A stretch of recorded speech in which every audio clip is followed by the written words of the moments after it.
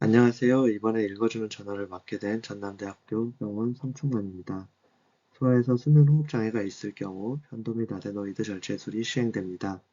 하지만 수술 후에도 수면호흡장애가 남아있는 경우들이 있으며 이때 시도해볼 수 있는 치료 중 하나가 치과 교정치료입니다.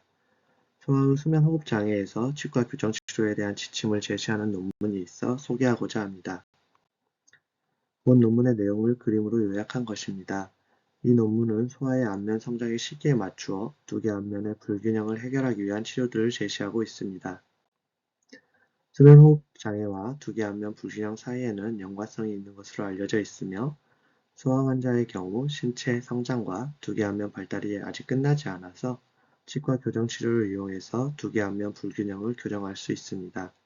하지만 교정 치료는 두 개 안면 성장 패턴을 변화시킬 수 있기 때문에 최선의 결과를 얻기 위해 지침이 필요합니다. 수면 호흡 장애의 중요한 요인 중 하나인 두 개 안면 해부학의 이상에 치아 교정 치료는 비교적 쉽고 효과적으로 영향을 미칠 수 있습니다. 편도 및 아데노이드 절제술은 소아 수면 호흡 장애에서 가장 먼저 시행되는 치료이지만 수술 후에도 수면 호흡 장애가 남아있거나 다시 재발하는 경우가 자주 있고 이에 편도 및 아데노이드 절제술 후 교정 치료를 이용한 폐쇄성 수면 무호흡 진단 및 치료를 위한 다학제적 치료 접근법이 제안되고 있습니다. 최근의 보고들은 래피드 맥실라리 익스펜전이 소아의 폐쇄성 수면 무호흡에 상당히 유익한 역할을 할 수 있다는 주장을 뒷받침하고 있으며 그래서 제자들은 두 개 안면 구조물의 성장 패턴을 검토하고 소아 수면 호흡 장애를 완화하기 위한 적절한 안면 성장을 목표로 하는 치료적 개입 지침을 제안하고 있습니다. 이 논문에서 소개하고 있는 성장 교정 로드맵은 연령에 따른 아이의 성장 궤적을 이해하는 데 도움이 되는 지침으로 연령 단계들은 치아 발달 단계와 경추의 성숙도를 바탕으로 설정되었습니다. 이 지침은 상기도에 영향을 미치는 두 개 안면 복합체의 골격 성장 특성을 보여주는데 두 개 기저부, 비상악 복합체, 아래턱뼈, 그리고 림프 조직, 혀, 각 단계에서 기능적 발달을 포함하고 있습니다. 이 지침의 주요 치료 목표는 비호흡을 촉진하고 적절한 얼굴 성장을 유도하는 것입니다. 따라서 각 발달 단계에서 적절한 성장 궤적을 증진시키고 상부 기도의 크기 및 기능을 최적화하기 위한 표적 치료 전략을 제안하고 있습니다. 첫 단계는 신생아에서 5세까지로 이 연령 단계의 소아들은 유치를 가지고 있으며 경추 성숙 단계 1에 해당합니다. 두개골 기저부는 두 개 안면 성장과 상기도 발달을 이끄는 기반을 제공하고 뇌, 비강, 구강, 인두와 같은 두개골의 다양한 인접 부위에서 해부학적 및 기능적으로 다른 성장 패턴들을 통합하는 데 중요한 역할을 합니다. 이 연령 단계에서 두개골의 발달은 약 80%가 완료되며 비상악 복합체 내부에서는 전방 두개골 기저부와 비강의 발달이 일어납니다. 아래턱뼈는 출생 후 첫 해에 가장 빠른 성장 속도를 보이며 이는 유아기의 인두 기도를 확보하고 빠르게 발달하는 치아에 공간을 제공합니다. 그 후에는 성장 속도가 점차 느려집니다. 이 연령 단계에서는 아래턱뼈는 턱뼈 가지와 턱뼈 몸통의 전후방 성장이 수직 성장에 비해 더 발달하는데 5세가 되면 턱뼈 가지의 높이는 남성에서는 성인 크기의 약 70%, 여성에서는 약 74%까지 성장합니다. 신생아의 혀는 구강에 비해 상대적으로 크며 태어날 때 앞쪽에 위치하다가 이후 후두가 하강하면서 혀의 기저부는 후방으로 이동하여 인두의 전벽이 됩니다. 혀의 부피와 설골 상근은 아래턱뼈의 골 유압의 전방 성장을 유도하며 설골은 하강하고 약간 앞쪽으로 이동합니다. 3세에서 6세 사이에 혀의 근력이 급격히 증가하며 삼킴과 같은 원시적인 반사 과정이 점차 복잡한 자발적인 반사 과정으로 발전합니다. 상기도의 림프 조직은 두 개 안면 성장에 비례하여 커지게 되며 3에서 7세에 정점을 이루게 되는데 이것은 소아의 연령에 따른 폐쇄성 수면 무호흡의 발생률 증가와 일치합니다. 적절한 호흡 저작, 변화 작용들은 두개골의 성장을 유도합니다. 이 단계에서 중요한 것은 비호흡을 확립하는 것이므로 의료진은 구호흡의 근본 원인을 이해해야 하고 그에 따라 치료해야 합니다. 소아의 적절한 두 개 안면 발달은 비호흡, 적절한 자세, 두 개 안면 복합체의 정상작용에 달려 있습니다. 이 연령대에서 얼굴 성장을 최적화할 수 있는 교정 치료에는 상악의 확장과 전진이 포함되며 적절한 언어와 연화 패턴을 위한 근기능 요법도 시행할 수 있습니다. 상악의 확장은 빠른 확장과 느린 확장의 두 가지 방법이 있는데 이 연령에서는 정중국의 봉합선이 잘 늘어나기 때문에 천천히 확장하는 치료 방법이 선호됩니다. 빠른 확장은 바람직하지 않은 얼굴 변화를 유발할 위험이 있기 때문에 취약 전 아동에서는 추천되지 않습니다. 치아에 교합 이상이 있는 경우 교정해야 하며 혀 위치를 재배치하고 하악의 전방 성장을 촉진하는 근기능 기구도 사용이 고려해 볼 수 있습니다. 편도에 나다노이드 비대가 있으면 절제술을 고려해야 하며 얼굴 구조의 발달 장애는 저작, 흡인, 비호흡과 같은 일상적인 기능에 부정적인 영향을 미치고 이러한 부정적인 영향은 다시 얼굴 성장과 기도 발달에 영향을 미치게 됩니다. 이를 교정하기 위해서는 부정적인 습관들을 제거해야 하며 모유 수유를 촉진하고 씹을 수 있는 식품을 권장하는 등 정상 발달을 촉진하는 것도 필요합니다. 두 번째 단계는 6세에서 9세까지이며 이 연령 단계의 소아들은 조기 혼합 치아를 가지고 있고 경추 성숙 단계에 이를 후기에 해당합니다. 전방 두개골 기저부의 성장은 완료되었지만 후방 두개골 기저부는 계속 성장합니다. 비상악 복합체는 계속 발달하며 비강이 확장됩니다. 전반적으로 비상악 복합체는 하방과 전방으로 성장하면서 상악의 성장 방향은 주로 수평면에서 이루어집니다. 아래턱뼈는 턱뼈 몸통 길이와 턱뼈 가지 모두에서 계속 발달하며 아래턱뼈의 내부 회전은 소아의 성장 급증기와 함께 최고조에 달합니다. 이 시기에는 아래턱뼈 후방 하단 부위의 각도가 감소함에 따라 아래턱뼈 전체의 형태가 결정됩니다. 설골은 계속해서 하강하고 약간 앞쪽으로 이동합니다. 혀는 천천히 크기와 근력이 증가하여 일시적으로 혀 후방의 상기도를 감소시킬 수 있습니다. 이 시기의 소아는 미성숙한 연화에서 성숙한 연화 패턴으로 전환하며 언어 발달이 일반적으로 완료됩니다. 이 단계에서 시행할 수 있는 주요 기능적 전략은 두개 안면 장애 예방과 비호흡 확립입니다. 이 연령 단계에서 교정 치료는 비상악 복합체를 대상으로 합니다. 빠른 구개 확장과 리버스 풀 헤드기어 치료를 통한 얼굴 중앙부 전진을 유도할 수 있습니다. 이 단계가 지나면 교정장치를 이용한 얼굴 중앙부의 전진이 효과적이지 않을 가능성이 높습니다. 교합 이상을 해결하면 아래턱뼈의 성장을 촉진할 수 있으며 근기능 기구는 혀 위치와 아래턱뼈 성장 패턴을 교정하는 데 도움이 될 수 있습니다.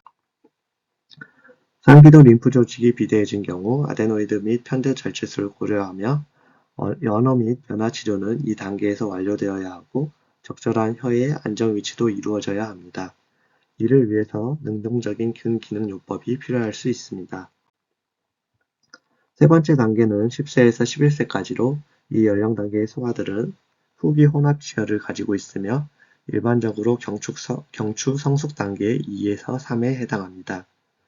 이전 단계에서와 같이 전방 두개골 기저부의 성장은 완료되었지만 후방 두개골 기저부는 계속 성장합니다. 비상악 복합체의 성장은 하방과 전방으로 계속되며 비강이 확장되지만 상악의 성장 패턴은 이제 주로 수직 방향으로 이루어집니다. 이 단계에서 아래턱뼈의 턱뼈 가지와 턱뼈 몸통의 길이가 가장 빠르게 성장하기 시작합니다. 림프 조직에서는 아데노이드 크기가 정점에 이르고 국의 편도는 점진적으로 작아집니다. 혀 성장은 이 단계에서 완료되며 혀는 하방과 전방으로 이동하며 혀의 근력이 천천히 증가합니다. 치아와 구개의 성장 변화를 통해 연화의 발달이 거의 완료됩니다. 이 발달 단계에서의 치과 교정 치료는 여전히 RPE를 시행합니다. 그러나 비상악 복합체의 전방 성장이 필요한 경우 Temporary Anchorage Device with RPE나 Mini Implant Assisted RPE with Face Mask Therapy도 고려할 수 있습니다. TAD나 미니 임플란트가 상악에서 RPE 기구를 고정하는 데 사용될 때 이는 비상악 복합체에 직접적인 힘을 가하여 얼굴 중앙을 전방으로 효과적으로 이동시킬 수 있습니다.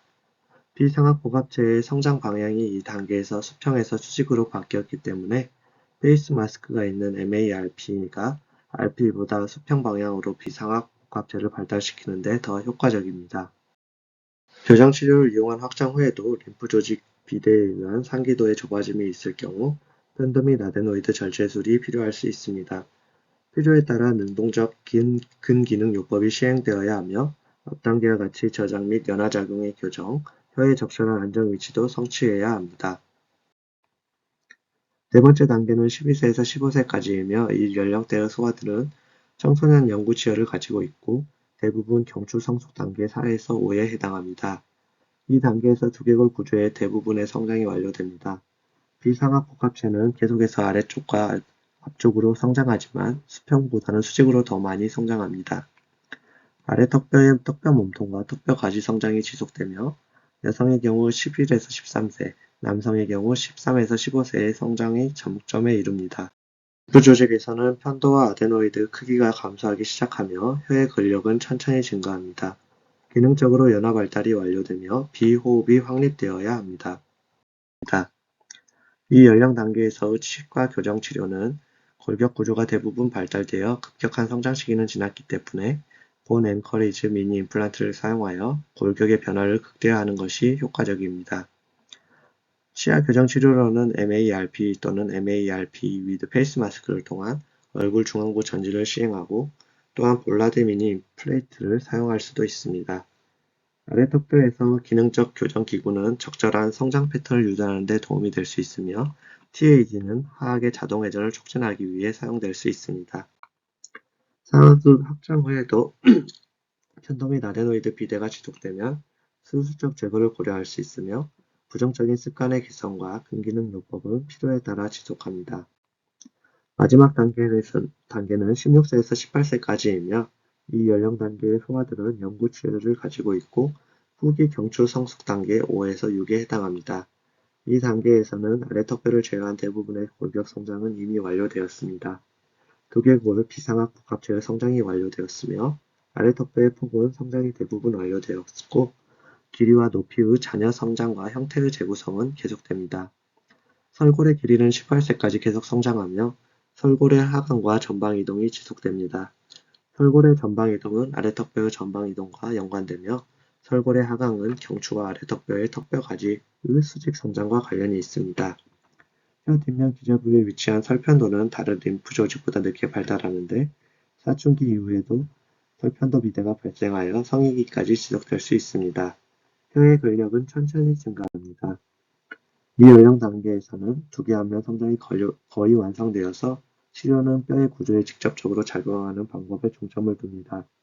이제 MARP with 페이스 마스크 및 볼라드 미니 플라이트는 얼굴 중앙부 전진의 효과가 제한됩니다.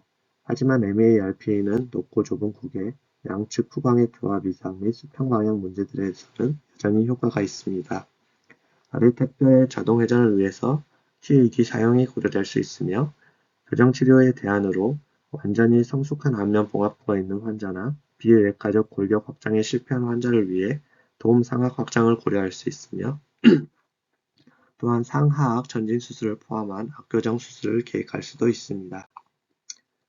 비대해진 설편도는 특히 비만하거나 두개암의 기형이 있는 어린이에서 지속적인 폐쇄성 수면 무호흡의 주요 원인이 될 수 있으며 따라서 설편도 절제술은 치료 옵션으로 고려할 수 있습니다. 근기능 요법 및 생활습관 개선은 필요에 따라 시행될 수 있습니다. 앞에 설명드렸던 치과 교정 치료에 대한 요약입니다. 연령의 증가와 함께 골격의 성장이 완성되어 갈수록 상악의 가능성이 떨어지고 점점 더 골격에 강한 힘을 줄 수 있는 방법들이 필요하게 됩니다. 성장이 완료된 후에는 치아 교정보다는 수술에 의한 골격의 교정이 필요합니다. 결론입니다. 이 성장 교정 로드맵은 소아 수면의학 전문가들 사이에 다학제적 의사소통을 촉진하고 상부 기도에 대한 포괄적이고 환자 중심의 치료를 개발하는 것을 목표로 하였습니다. 폐쇄성 수면 무호흡은 여러 가지 원인 인자들을 가지고 있으며 환자의 발달 단계에 맞춘 표적 치료는 골격 및 기능적 성장 잠재력을 적절한 방향으로 극대화하고 치료 성공의 지속 가능성을 크게 향상시킬 수 있습니다. 이상으로 발표를 마치겠습니다. 경청해 주셔서 감사합니다.